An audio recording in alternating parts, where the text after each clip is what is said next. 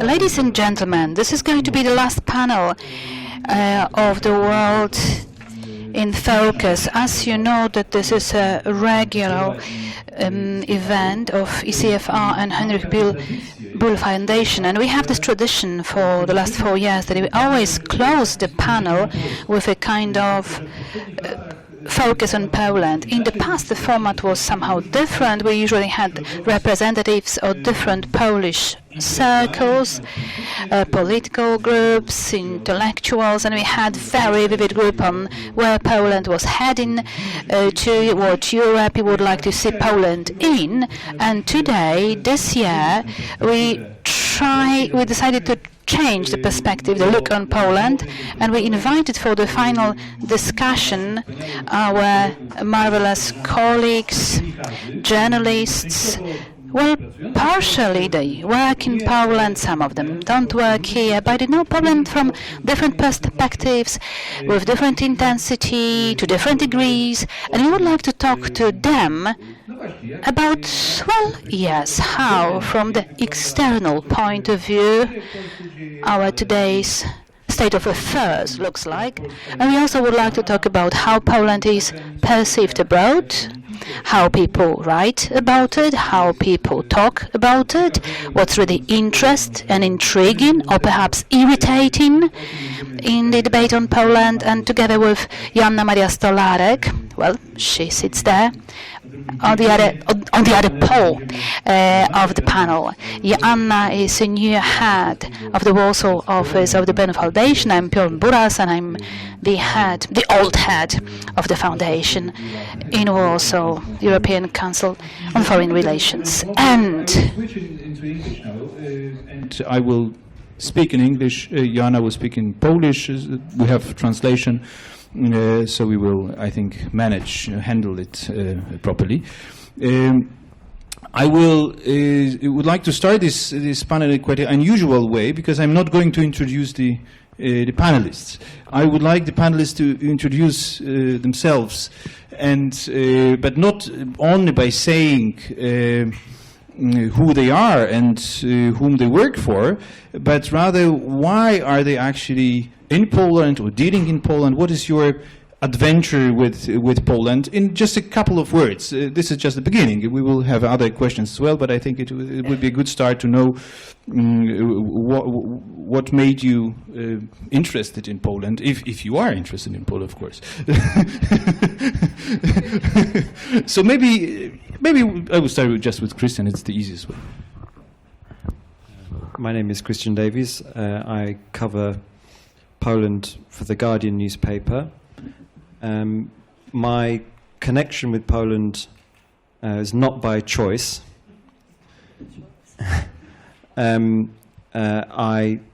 My father is British, but my mother is Polish, and I grew up with Polish things all around me.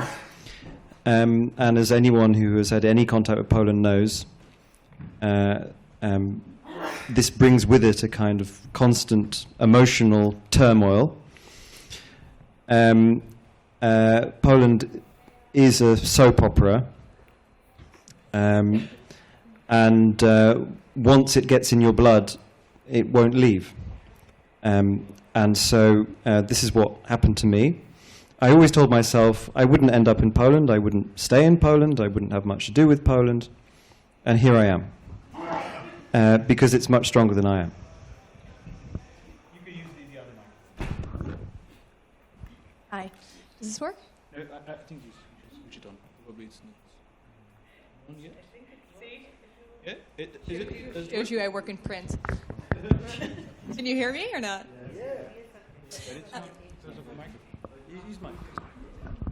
So my name is Emilie van Outeren. I work for a Dutch daily, NRC, and I always sort of worked around Poland in some way. I started wanting to be a journalist because of the Balkan Wars. I traveled extensively through the southeast of Europe. I'd been to Russia, Ukraine, but never Poland. And then the opportunity presented itself to become the Central Europe and Balkans correspondent for my newspaper, to which I instantly said yes, but I hesitated to choose a place to live. I'd never been to Poland, so I decided to visit Warsaw and decided within 24 hours that this is where I wanted to be, this is where I wanted to stay. Stretch this to the maximum. It's getting dangerous here with this. We have one here. Ah, you have one. You have another one. Okay, very good. So my name is Ingrid Brekke. I'm a Norwegian journalist. And my way to Poland went via Berlin. I was the Central European correspondent for my newspaper Aftenposten. It's the biggest newspaper in Norway. And I was sent there to cover, I think, 9 countries or something, which is, of course, impossible. But Poland I covered extensively, and I traveled many times, and I immediately became very fascinated. Also because, for 2 reasons, maybe. One is that I have this big interest in how history and the Second World War is influencing today's politics, where, of course, Poland is an extremely interesting example. Also, I covered a lot of Hungary at the time. This was from 2010, and Poland was this contrast. So I was always sad after visiting Hungary and very happy after visiting Poland. But I'm still very happy every time I visit Poland now. And I've been so fascinated by this country. I've also written a book about Poland that was published in Norwegian language only so far, just some weeks ago. Dzień dobry, nazywam się Olaf Bock, jestem korespondentem. My name is Olaf Bock, and I am a correspondent of ARD in Warsaw. I'm learning Polish, but I'll switch to English now. 2 years ago, in 2017, when my station WDR, Westdeutscher Rundfunk, asked me to work here as a correspondent, I was very interested in the country, but have never traveled before to Poland, so I got very interesting views from the very beginning. My journalistic work started in the 90s when I did radio and later television, and I worked for the German breakfast television, which is a news-orientated program. And in the years of 2000 and in the end of the 90s, I worked quite a lot in different countries, like in the United States for elections, in France, and also went to more problematic regions like Macedonia and Kosovo. And from 2007 to 13, I have been sent to the Russian Federation to work as correspondent for this area and the former Soviet Union. So I went quite a few times to the Ukraine and Armenia and Georgia. And in the end of 2013 to 14, I covered a lot of the changes in Ukraine. And so some of these things were also like political and by people linked to Poland. So I got this contact in this time, and since 2017 I'm here. It's a beautiful, interesting country with very interesting politics. I think we're going to talk about it.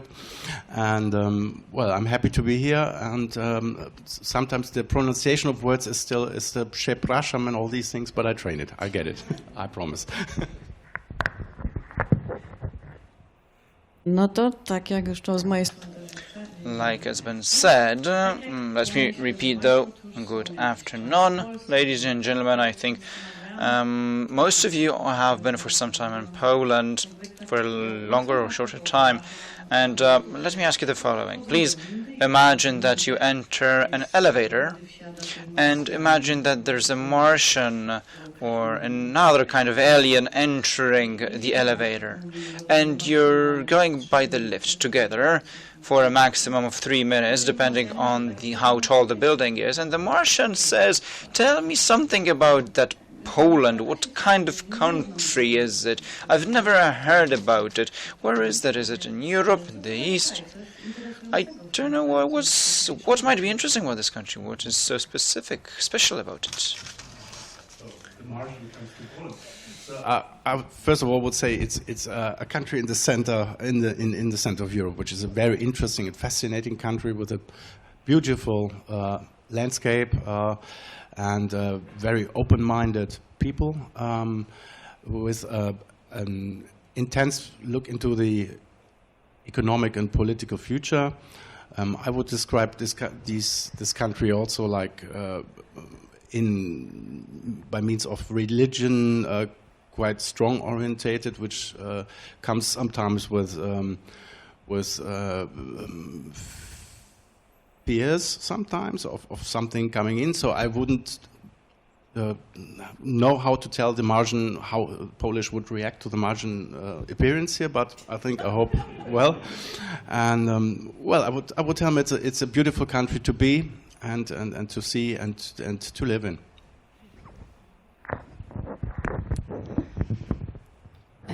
I would say something like Poland is situated on a big plain between two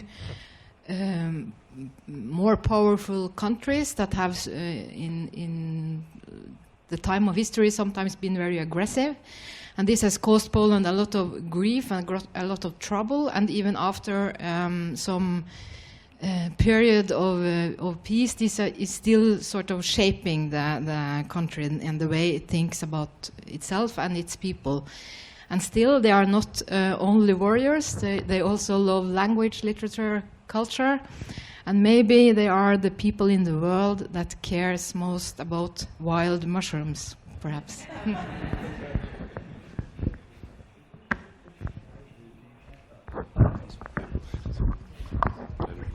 Hi, yeah, I very much doubt I would be discussing Poland if I found myself in an elevator with an alien, but just to entertain the question. I would say that Poland is a fascinating country. I've never been to a place that is so obsessed with its own history and at the same time can't seem to agree on the narrative of that history and sees so little gray area in it. It's all black and white. First of all, and second of all, I think this alien has come to Poland at a very interesting time where Polish people have never had it as good as they do in 2019, and everybody seems to see that except Polish people themselves. Thank you. Yes, Emily slightly stole my thunder. I thought it would be an extremely Polish thing to do, to meet a Martian and want to talk about Poland.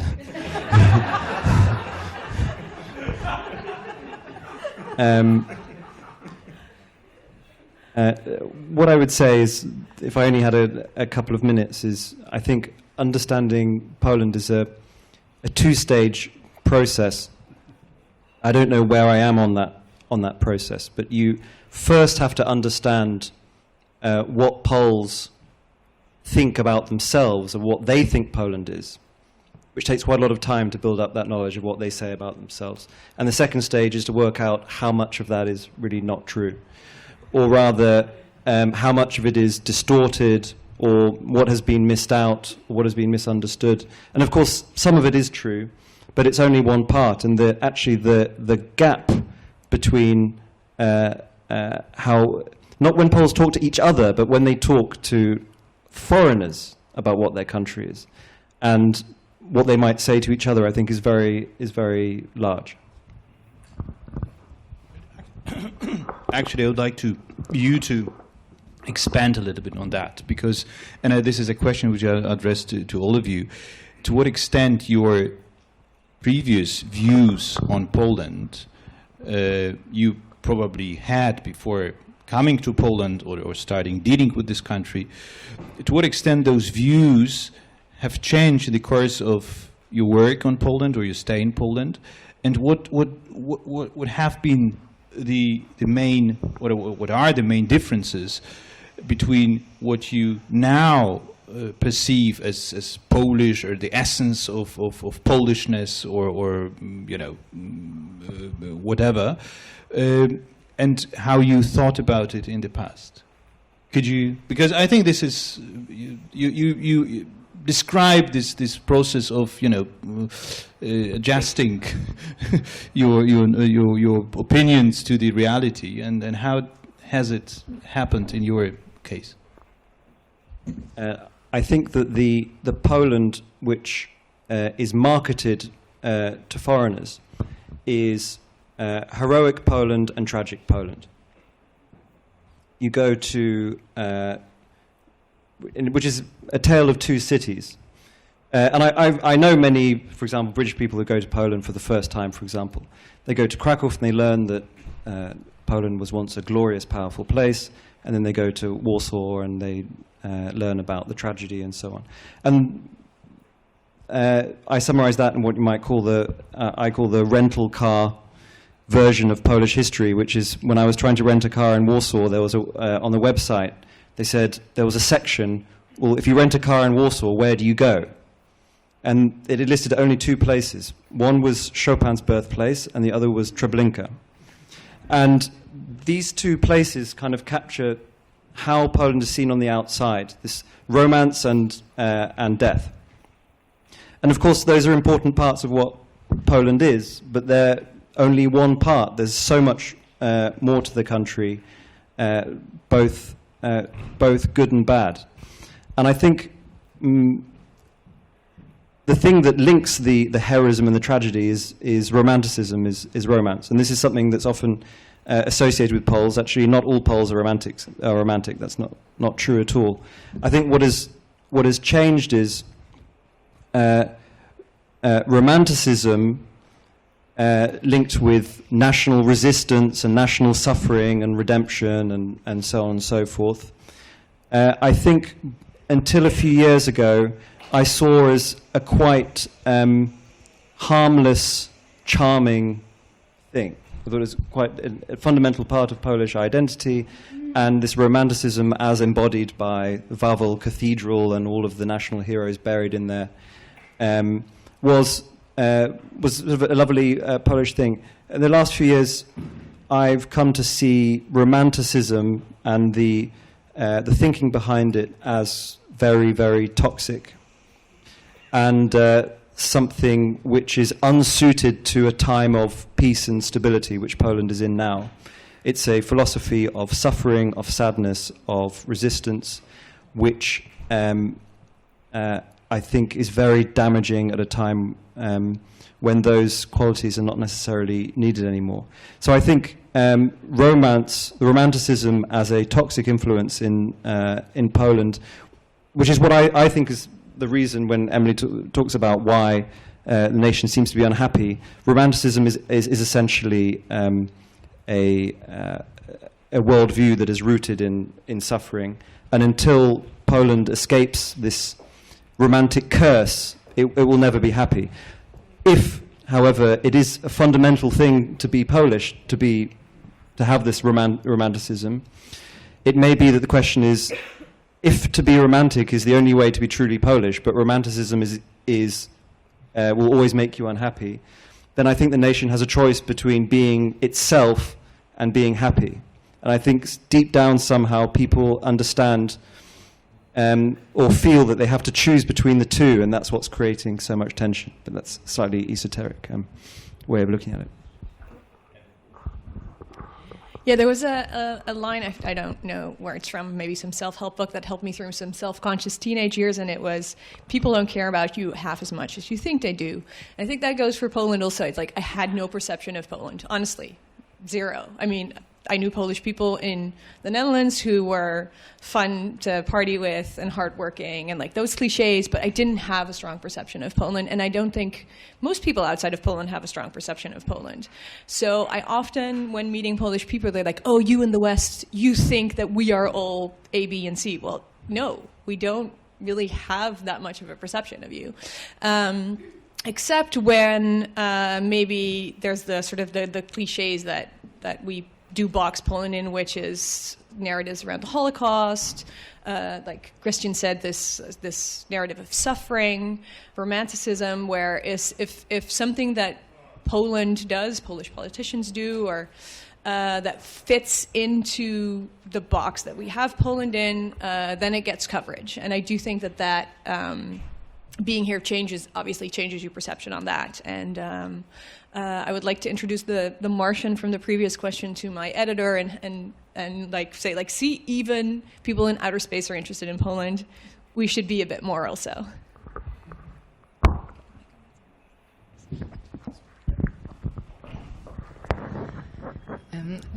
If I should be honest about the first time I visited Poland in 2010, I was there also a long time before that, but then I was very young and I hardly remember it. But in 2010 I came as a journalist, and I had some sort of image created by the Cold War about this grey part of Europe with nothing much actually.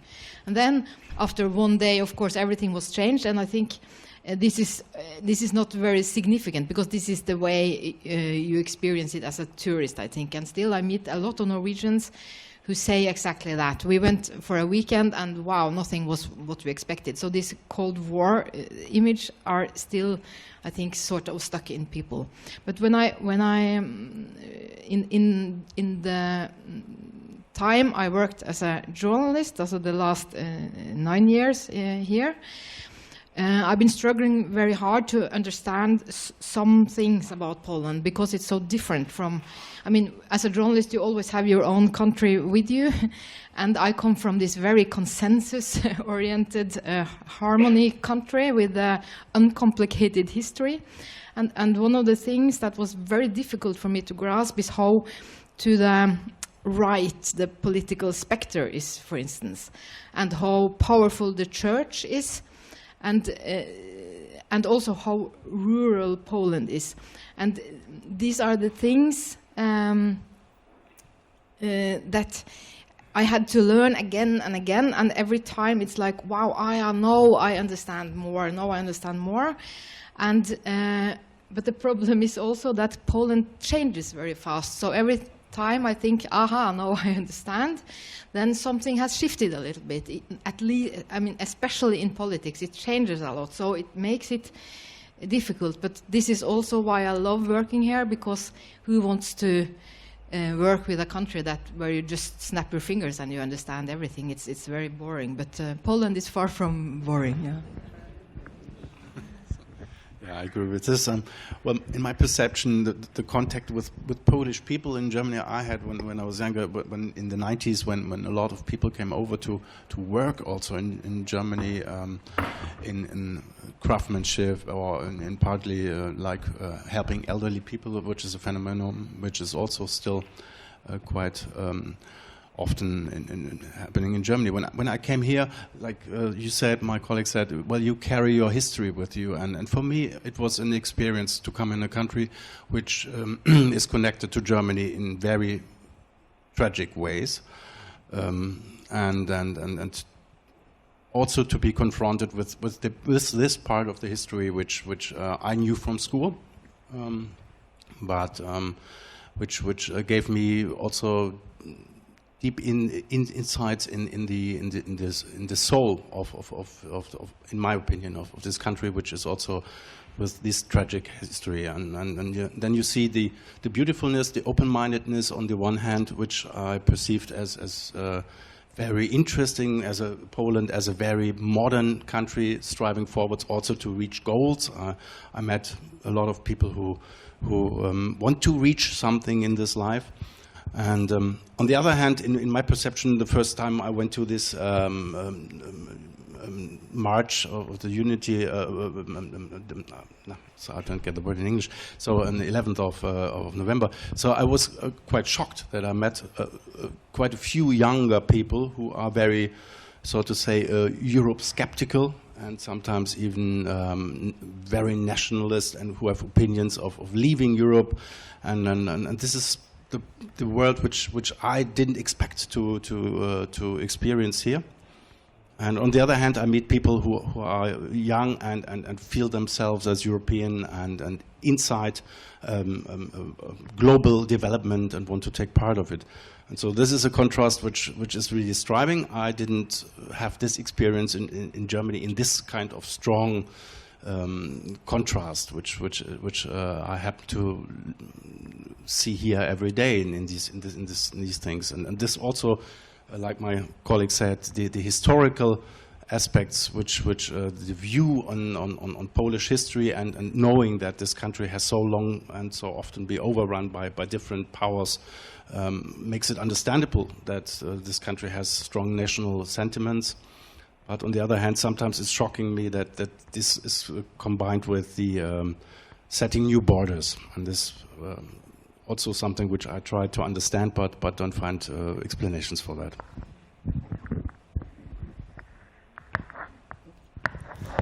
Czyli mówimy też o pewnych uprzedzeniach albo o żadnych uprzedzeniach. So we also talk about certain bias.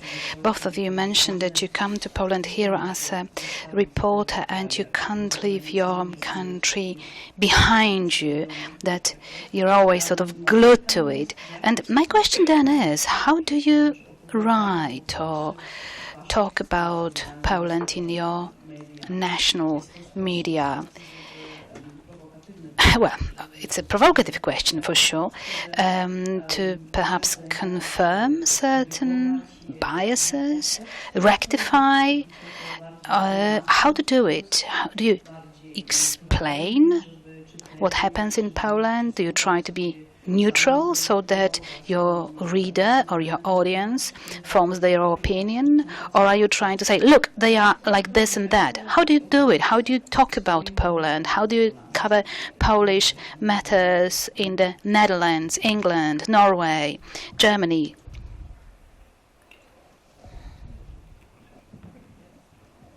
Well, the question was, are we trying to be neutral? Yes, I try to be objective and neutral. I'm not coming to make opinions. I want to give the viewers and the people the choice to build their own opinion. When I arrived here 2017, this is a very political time right now, and I was straightly shot into this situation that politics is very prominent also in the reports which we do for Germany. That means that we look on issues which are touching political things like elections, but also things which drive Poland into, let's say, conflict with German or European things like the justice reform. And we take a look in very, I think it's quite political what we do right now, but in my opinion, and what I want to transport for the German viewers as well is the reality of cultural and social life here. So I am happy always when I have the chance to portray people who are interesting Polish people by means of, for instance, a young lady who is developing a foil which is fully ecologic, and she has this idea and does this, and I'm happy when I can do these stories, or a man who has been a hunter for 40 years and now starts cleaning up his forest. And so I personally like, and I find it very important that the German viewers don't only get the political strong things. Well, as you all know, media tends to look more or less on problematic things. It's not the good news which is running. So once we have conflicts, once we have political conflicts going on in this country, so the viewers in Germany, for instance, in the news get this image, and sure, we talk about justice reform, we talk about rising nationalism, but we also talk about the young people taking part here in the climate protests movement, and on the other hand also ask, I was in Katowice last year at the World Climate Forum, and it was an interesting thing for me, because in Poland the world was coming together to talk about the future of ecological and how to get a cleaner world and to save the world by means of temperature rising. And on the other hand, I was quite surprised when in the very beginning the president of this country said, well, we have like another 100 years of coal and we can save that makes us independent. And so, okay, this is a good news to have independent, but in the very beginning of this conference, I was quite surprised to hear things like that. On the other hand, I see that there's also movements in Poland to move into this direction, which has just been discussed in Europe and is discussed in many other countries. But as you might know, or might also see it like that, the steps towards change are not too big and too fast. So it's all a big variety of things happening, and sure, in our news we also we have the political contact, which is quite, in my opinion, quite intense between Germany and and Poland. And I think it's very important that it is like this, because the strong European neighborship after all this terrible history parts should be very intensive. And sure, we as journalists cover things like visits from Angela Merkel or from Steinmeier and others to Poland regularly. And as you might know, many of these things are connected to the sad and tragic and horrific history also. For instance, next week Angela Merkel is planning to come to Poland, to Auschwitz. So it's like a lot of political things which we transport, and I try as a journalist in my program also to give the viewer and the audience a chance to see the variety of opinions in this country, and I think this is quite important. I'm sorry to say that compared to Germany, Norwegian media don't write or broadcast very much about Poland at all. And it's not something special about Poland. We don't write and broadcast very much about Germany either. We are not in the EU. And the whole continent is, to me, I cannot understand it, of course, at all, but we are more concerned about like Anglo-Saxon things. So that's a different. So in this year, I think the Norwegian media reported quite a lot about. There was this diplomatic crisis about barnevernet, the children's services that you probably So that was reported extensively, and it was diplomats expelled from both sides, and it was as dramatic as can be between two actually very friendly countries that really are friends. And then we reported a little bit about the election, and a lot about the LGBT situation. We are in Norway, this subject is extremely important, and I have to say, in the summer I wrote a couple of articles myself. I remember I wrote about the man who was expelled from IKEA. And this was extremely well read in the web internet version, and I was really shocked about the reactions, because I'm used to getting comments from more sort of right-wing people when I write about Europe and politics, but this time it was like, because of this, how the government party and right-wing in Poland are treating the LGBT community, people wrote like, this is a horrible country, you should never go there, you should just boycott it, and this is a shame, and all, yeah. And it made me feel really uncomfortable, because I like Poland, and I wanted to give some sort of nuanced impression of Poland. At the same time, this is very important.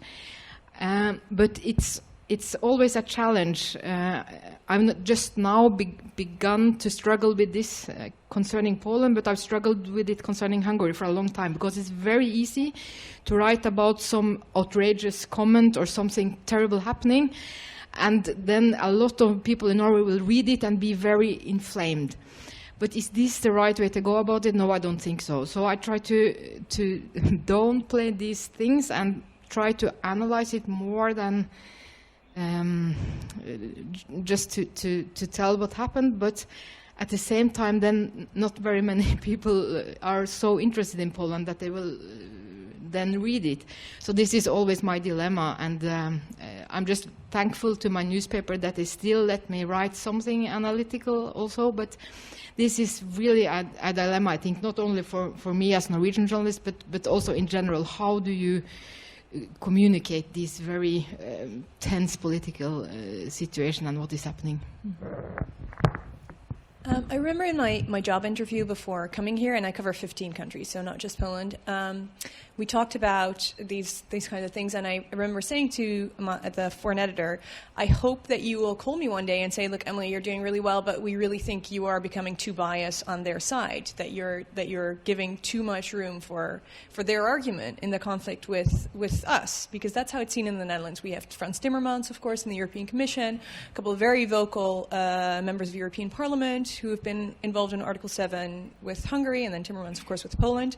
And I feel like it is my role as a correspondent to explain the Polish part of this, the Polish side of this, not just this conflict, but of contemporary issues. Why are Poles so attached to their coal? Why is energy independency so important to them? Why are they against migration in a way that we cannot imagine? Because of a very different history, no colonial power. There are many reasons.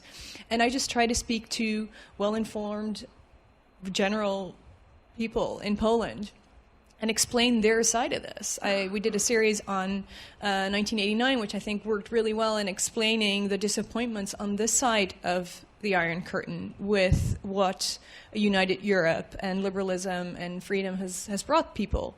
So I really do try to give the floor, to present the Polish or Central European viewpoint, and not just by talking to politicians, but really going into the country and speaking to as many people as this involves. However, the selection of topics that I write about is, of course, very informed by the things that I myself, my paper, my country finds important. Like in Norway, we write a lot about LGBT issues. This is a human rights issue we cannot ignore. Regardless of the historic or religious motivation, you cannot just say, oh yeah, this is how the Polish feel about it. Good people on both sides. That's not obviously how you can report on an issue like that. So the topics, climate, Europe, migration, equal rights, are informed by the bigger narrative that we're having with all the correspondence on the foreign pages. But the way to write about it is definitely not from our sort of Western point of view and look at the funny people in Eastern Europe and their weird things. No, but really try to inform my readers about how this discussion is being shaped in Poland itself. I have a friend who was a journalist in Moscow in 2010, and he picked up off the newswire that the Polish president's plane had just crashed. So he contacts his editor in London.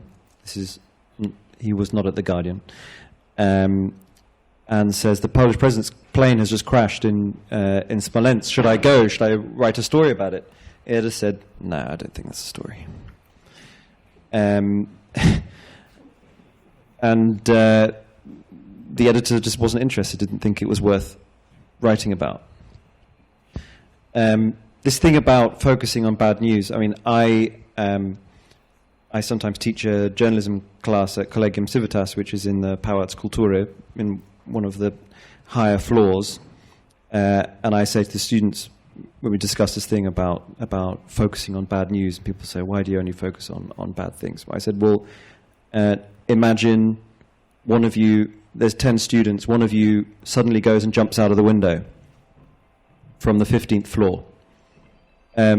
Should the article be 9 students don't jump out of a window? Of course, bad news is often a minority event, but that doesn't mean that it's you don't focus on it. I think it really depends on the tone. Sorry, the tone depends on the context in which you're writing. Some correspondents here basically write straight news reporting, and that's what they do. And so they write in a certain way because news reporting requires a certain kind of voice.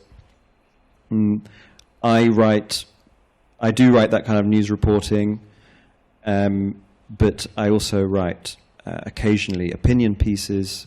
I published an op-ed in Haaretz recently in which the tone of that will be different to a news report in The Guardian. My column in Gazeta Wyborcza, again, will be different audience, different level of knowledge of people who are writing, and that's not to mention Twitter, which is a whole other world, which brings out the worst in a lot of people, including me. So there's no right way of doing it.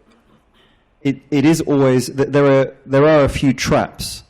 One is to fall into foreign correspondents generally don't just decide whatever they want to write. Their editors have to normally it depends how senior you are, how much leeway you have, but generally you pitch a story and they accept it or don't accept it. So you're incentivized to write about things that the editors are going to want to know about, and you've got to be careful not to always fall into the trap of feeding the editor's prejudices.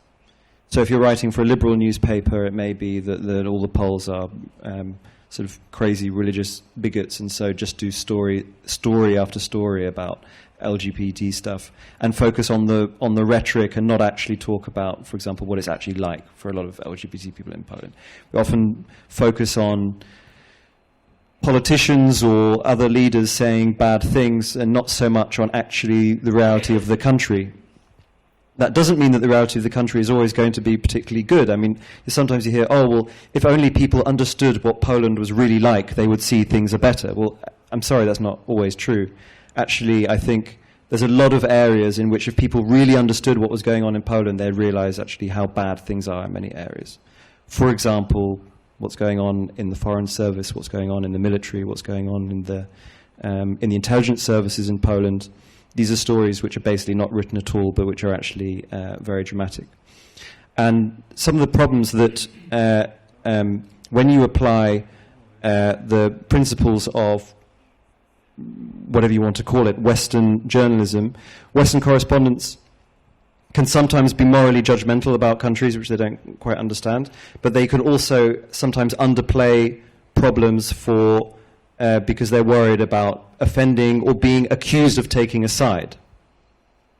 This is a very Anglo-Saxon assumption that if two sides are having an argument, then they may or may not be more or less equally valid in one direction or another, and it's just a question of view. Whereas that isn't always the case. And so when you have actually quite a dramatic situation, that is not communicated to the outside world because the language which is used is the reporter doesn't want to provoke any accusations of being politicized. And the classic example when we're talking about, for example, the courts, you often hear, which I find very irritating, a word constantly being used. I don't think I've used it myself, although I may have repeated it, which is when talking about judicial independence in Poland, that it's being eroded. We always hear this. There's concerns have been raised about the erosion of judicial independence in Poland. Erosion is a very slow, gradual process. Judicial independence in Poland is being destroyed very quickly, very dramatically. But the use of these words, the concerns about it being erosion, gives a false sense of a slow, organic process, and so it doesn't actually communicate the immediacy of the situation. So depending on what you're writing about and depending on the format in which you're writing, and will depend on which voice you will use, sometimes the fear of being accused of taking a side can lead you to misrepresent what's happening on the ground. So that's a danger in the other direction. Thanks a lot for this fascinating contribution. Before I ask you, I think the last question here, I would like to make two announcements. The first is that I would like also let you ask questions or make comments, because I suspect there could be some interest. And the second announcement is that please don't leave the room after the end of this panel, because there will be a little surprise. And and my question is, because perhaps referring a little bit to what Christian said about this limited leeway you have as journalists when it comes to picking some subjects, or when it comes to the question here, what actually you can or would like to write about. I just imagine you have a Christmas gift that you can write basically whatever you want about Poland. You can, if you want to write a long essay, you have enough space for that. Or if you want to make a reportage in ARD, 1 hour prime time, you can do that. So imagine you have such an opportunity, and what would be, one single, of course, a topic you would go for, what would be the story about?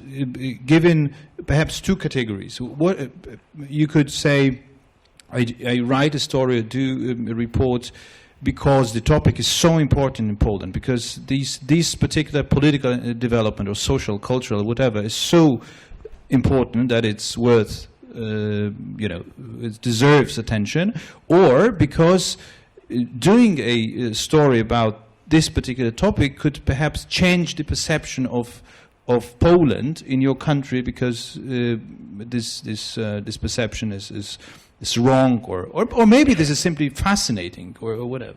So what would that be? I think to a certain extent I've already written on the subject, but if I was able to write more, was given more space, or if I was to look back on what I've written and which is the story which sort of captures what I'm trying to do the most, would be about reprivatization, about the reprivatization issue. Why? Because this is an issue which has no obvious moral solution.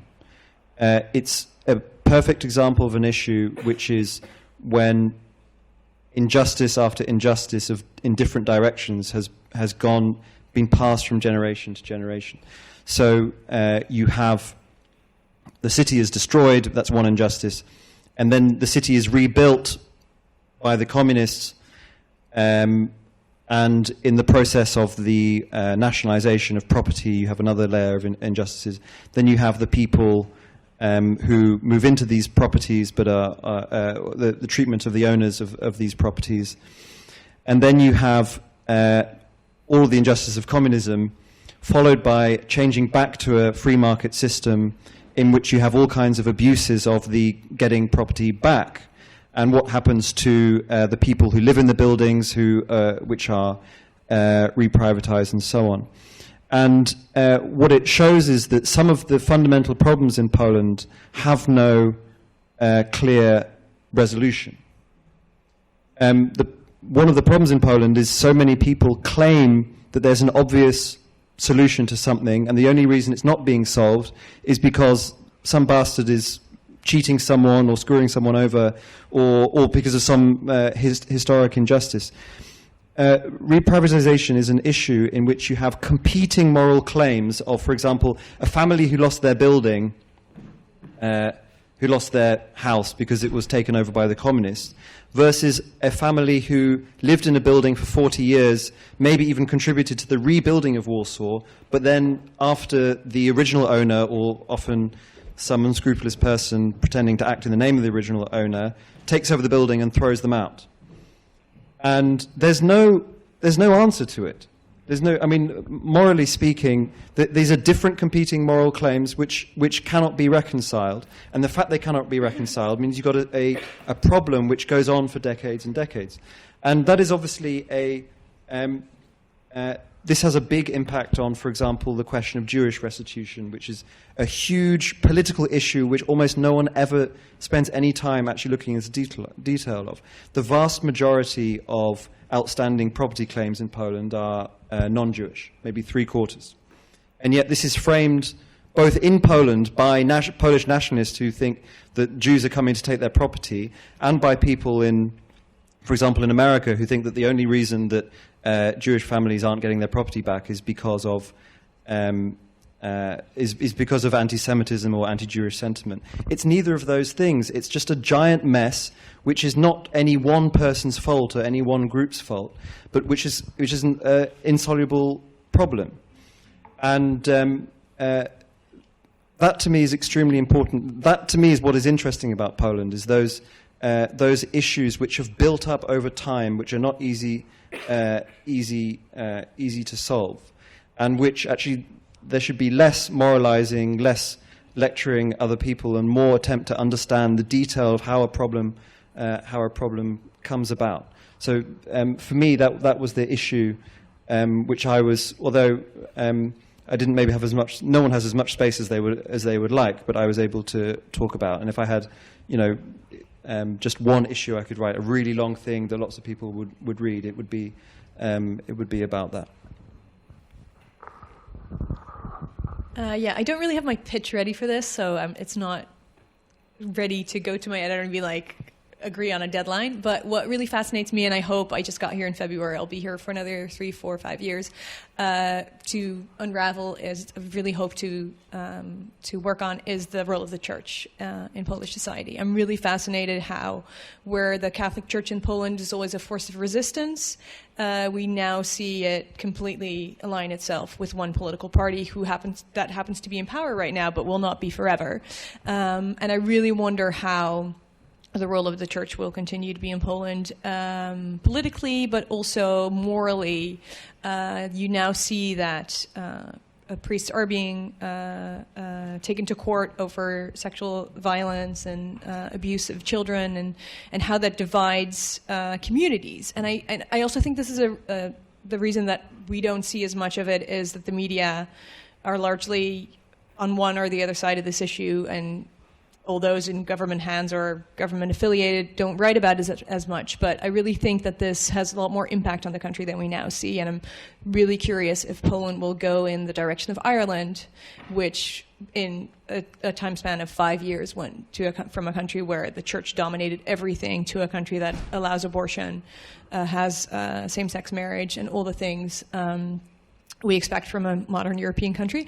But I can't say yet how this will go in Poland. I'm just really, really curious about it. So that's one of the things I hope to invest in, to build a network, to build sources both within the church and those around the church trying to go against it. And I'm also curious what the role of Polish people returning from abroad is in this. That's another force that you really saw in Ireland, where people, when the economy went up or even grew faster than some other countries, people came back from better job situations abroad and brought with them all these progressive values that were unknown in their own communities. And I'm curious if that, honestly, I don't have the answer. If the Polish people returning, and it's not large numbers yet, but it could be, are the most conservatives who decide to return, or if they are indeed bringing a whole new dynamic to the society, and especially the role of religion in society. I think I would like to write about how the new authoritarian pressure from above also triggers more liberalism from beneath, and to show this. And there are two reasons why I think this would be a very interesting subject for me. It's because there are Polish people in Norway are the biggest minority we have. There are 110,000 living there, and I think it's also very hard for them to always hear only this black image that are now given by Poland, mainly because we cannot be bothered to write very much, and then this is the main thing. So I agree. This is of course the most interesting, dangerous thing about Poland now. But I think also to understand what is actually happening and to see what the future could be like, it's very important to show the potential for change. And it's very clear to me. It's not. I'm often accused of being too optimistic. I think it's something about being Norwegian, but I really think also when you see the polls, you can see how people have changed their opinions in the last years about like same-sex marriage or abortion and things like that. So I think to try to show this contrast and how it moves is also showing how Poland is a very interesting country for all of us who are also interested in more like where are Europe and the West or these sort of big things, because I think what happens in Poland in the future in this authoritarian liberal clash is also something that might show us the way it will go for more countries. So it's also very important in that perspective. So thank you for the primetime offers, I take it. Well, one of the things which I wanted to do, I had the luck to do in the very beginning. I did a longer film about Ukrainian migration into Poland, because this was really a fascinating issue for me to see that more like 1 million people here with Ukrainian background fleeing from their own political and economic and war situation wherever, coming to Poland, and to show the German viewers that the Polish are perceived as people who travel into other countries to work there, and to see how Ukrainians are received here as in the migration situation, with all the pluses and minuses, knowing that people like these sometimes only have 1 year visa and they have to repeat it, and they get into a low-paid market of work here, which helps to develop the country also by economic growth. This was quite interesting. I was happy to do this film about these different perspectives, and if I have some more time for other primetime shows, I would besides the political things which we do in the regular way, which is like justice reform, political connections, I would like to portray young people here in Poland who do things which are not expected. Like, for instance, we have this software company here which is developing a game which will be, I think, the hit in the next year. I think will be surprising for German and other viewers to see, well, this doesn't come from Silicon Valley or wherever, it comes from a Polish company. I already mentioned this young woman who's developing the foil thing, which is ecological.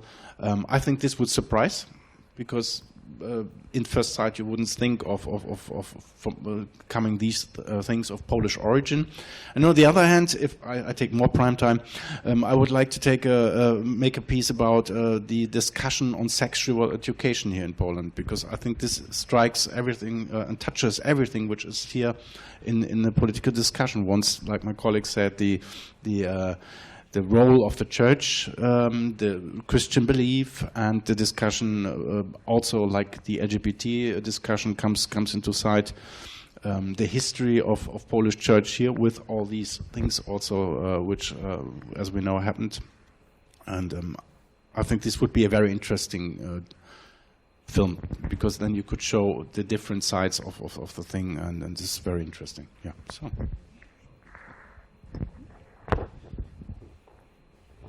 Dużo tego prime time'u pan. Well, you need quite a bit of the prime time, apparently.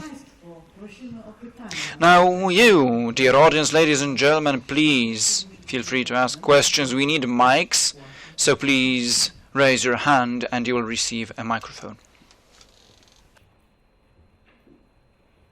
Zgłosił się ktoś. Yeah. There we go.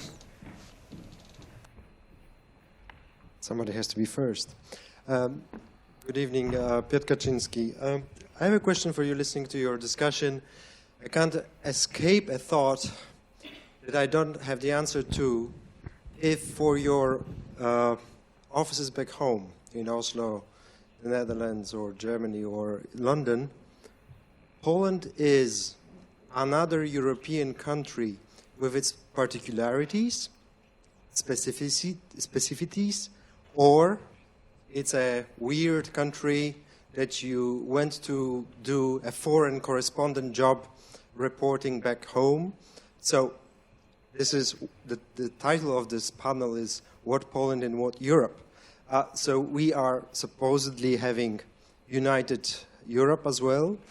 Brexit is also a big topic, at least in the Polish newspapers. This has not been yet mentioned at all. And there are some wider European or pan-European dilemmas out there, present here as well. Just to pick up on the LGBTQ issue, you could report there were more gay prides in this country than in Germany in 2019, for example, to turn it as a positive story. Thank you.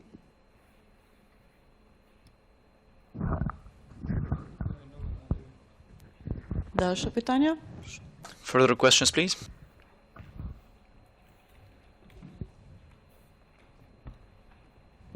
Thank you so much, Angelina Primak. My question will be very short and hopefully simple. Where would you see Poland in 10 years? Thank you.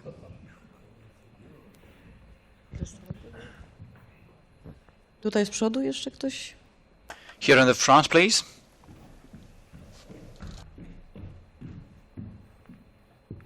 I have a question for Christian Davies because I'm curious about the current coverage in British media of Poles living and working in Britain. Because when I left Britain 10 years ago, all the British tabloids especially made a lot of publicity around such topics for example, the fact that Polish children of Polish people couldn't live in Britain, shouldn't receive the same allowances, which later became a fact, even though Polish people pay national insurance in Britain working there. So basically, I'm wondering what the coverage of the Polish population in Britain is now, because I can see that it can become a reality in post-Brexit Britain. There's a few things there. The thing about Poland being special and unique, I mean, you often have this, I think Poles themselves are internally divided on the question of whether they want to be seen as special and unique. Because sometimes if you say, well, Poland is a special case, they'll say, no, we're just like everybody else. And then you say, okay, you're just like everybody else. And say, no, we're special. You're always, I think, I realize you tread on people's toes no matter what you do and what you say, so there's no point trying to ingratiate yourself because it just, it won't work. I mean, I did have a fragment I wanted to read out and just see if the audience could know who said this, talking about Poland in Europe. So this is from a speech called Poland's European Mission, given at a time when Poland was not independent.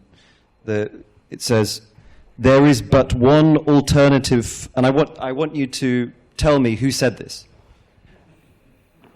There is but one alternative for Europe. Either Asiatic barbarism under Muscovite direction will burst around its head like an avalanche, or else it must re-establish Poland, thus putting 20 million heroes between itself and Asia and gaining a breathing spell for the accomplishment of its social regeneration. Słowacki, Churchill. Anyone else? Geremek? De Gaulle is one guess. No? You know? You shouldn't admit when I'm going to say who it is. You shouldn't admit being familiar with it. It's Karl Marx. Karl Marx, 1867 in London. 20 million heroes. Why? Because in the 19th century, Poland was the great hope of destroying the authoritarian empires of Europe. And so everyone from liberals to progressives, including Karl Marx, saw Poland as the key to breaking the old authoritarian order. And in a sense, that has been the narrative about Poland for a couple of hundred years, that there has to be an independent Poland in Europe in order for there to be democratic Europe. And actually, for a long time, history seemed to vindicate this thesis, because when the authoritarian empires of the 19th century take over Europe, Poland is wiped off the map. Then when they collapse, Poland comes back, but then when the totalitarian powers, the Nazis and Soviets divide Europe, then Poland disappears again. Then under communist domination, Poland kind of exists, but is not fully independent. Then when the communist domination collapses, Poland re-emerges. So there's an idea that an authoritarian Europe cannot survive a democratic Poland. Which is why Poland symbolically has always been important. The Polish question, as it was called diplomatically, was always important. And it wasn't just a strategic question, it was a moral question.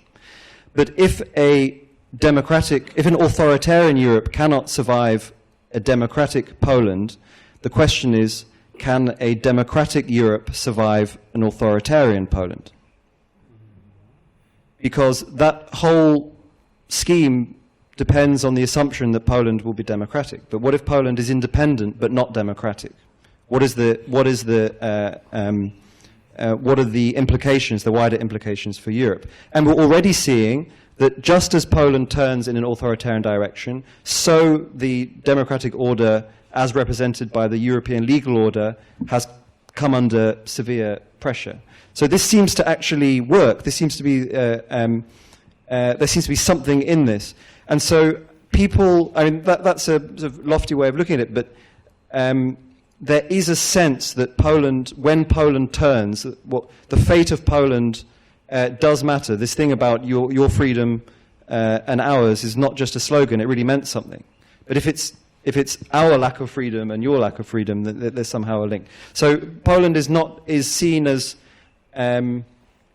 maybe not given the attention it should get, but there is still some resonance that what happens in Poland matters, even though it doesn't get as much attention as it should on that question.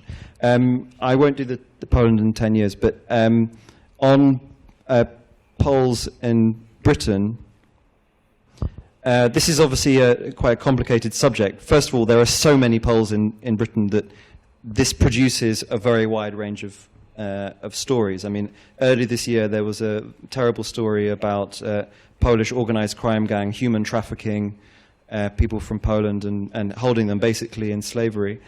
And of course you can be kind of depressed, read these kinds of stories. So there's always a story about a Pole might murder someone, but on the other hand, Polish children are being bullied in schools. And what you really get is a very wide range of stories which is hard to generalize against. This morning you may have seen that it turns out that the guy who took a large elephant's tusk off a wall to confront the London Bridge knife attacker turned out to be a Polish chef called Łukasz, which and so suddenly Poles in Britain, this can range very violently between Poles and benefits and all of this kind of stuff, but then all the benefits. So I think it's very, very hard to generalize about how it's covered. What I would say is that after Brexit, it depends on the publication. There's been a lot of negative coverage, but I think there's also since then been quite a lot of sympathetic coverage of people understanding, not just specifically on Poles, but the wider question of European Union citizens in Britain and the insecurity that they're feeling. But I think because it's such a large group of people, which generates so many different kinds of stories, it's hard to generalize about how it's covered or how it's talked about, because different people say different things.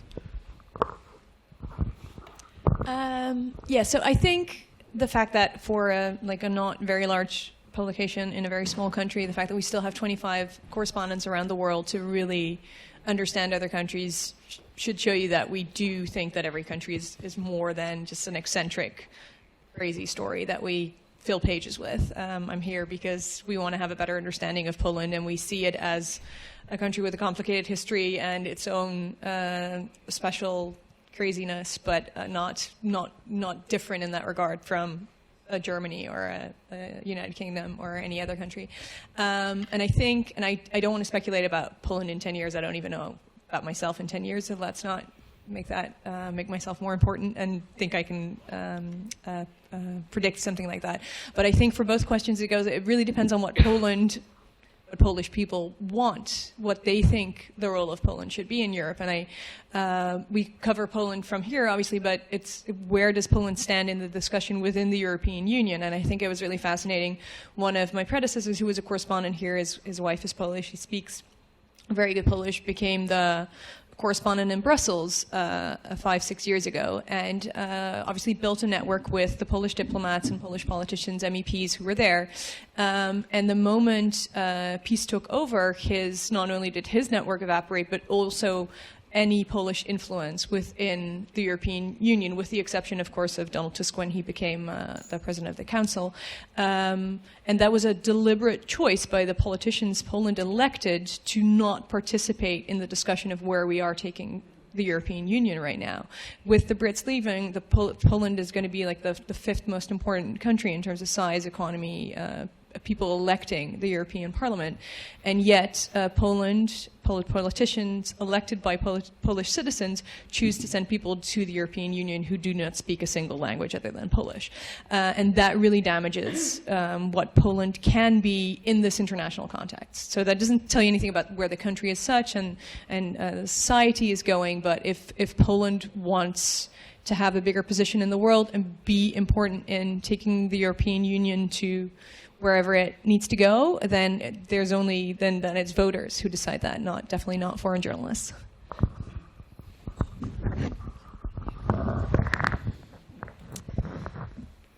Yes, I think related to what I said earlier, I would say that my newspaper don't really have an opinion about what sort of country Poland is. We don't have a correspondent here. I work from Oslo, and we don't have a correspondent in Berlin anymore either. I was the last one, 2012. We only have in Brussels, and she's writing about Brexit all the time. So this is this honest situation. So it's very much up to me, and I'm very lucky to have some editor where when I come with some idea about what I want to write, I very often get a yes, because I'm the only one who knows anything about what is worth writing about. And so, but I would like to say something about this 10-year question, because someone earlier in this conference said that one of the dangers in the time now with the peace government is that Polish people are now very concerned about themselves, and also the liberals tend to sort of only debate peace and Kaczynski, what will happen, and what do they really think, and yeah, this sort of thing. And it's not very constructive maybe, and it's very understanding because it's an extremely frustrating situation, but I think it is then easy to get this feeling that things are locked. Things are what they are, they will not change, we don't see a way out of this. But if it's something you can learn from history, and not least in this part, is that you cannot predict the future. It's impossible. And for instance, with the climate problem that has been so much bigger now in very short time, it's like thrown up. You have no idea what this will mean for the future of different countries and for the politics. And I think this is always a very good comfort for people in countries where they get depressed from their own politicians or whatever. You never know. You never know. Things can happen. Things can suddenly change, and this goes not least for Poland, I think. Okay, yes, Poland and the European Union. I think it would be a long thing to look on every aspect. But what was surprising for me is to see. If you have surveys, you see that more or less like 80% of the Polish people feel themselves happy with the European Union, which is quite a strong belief in the EU, even stronger as far as I know, like in Germany. On the other hand, we have a rising nationalism all over Europe, not only in countries like Poland, but also you see it in Germany and other countries. The question will be, where does Europe go together in this construction? And sure, one of the main benefits of the European Union altogether is that we have a more or less peaceful Europe right now after the terrific things before. This is a benefit, but the question is, where will Europe go? And I see Poland under the peace government in a role that is strengthening, like other countries, also the national ticket in this European Union. And they say some more economically being together, less than politically. And this is an interesting question. Where does Europe go? Also concerning your question, where will Poland be? I think we have to ask, Poland will be in 10 years where the development of Europe goes together. I think this is a very important point, because altogether we are sitting in this boat, and there will be, in my opinion, no single-viewed things. You touched, or someone asked, what about Brexit and this and that? Sure, we have in Poland this sometimes throwing in of Pole exit and this and that, but I don't have any idea how this would be a realistic thing to strive for in political ways. I think no one wants it in Poland, really. So I just see the confronting directions of the countries inside the European Union. We just have a new commission there. We have von der Leyen, which is suited also by the Polish government. They also took, and for you have the agricultural commissioner coming to this Polish position. I mean, I think this is the process of looking at Europe at all in the next 10, 15 years. Where does this go? Yes, thank you very much. And that happened to be the last words of the World in Focus, not only of this panel, but it's time for a wrap-up, which I, of course, will not do.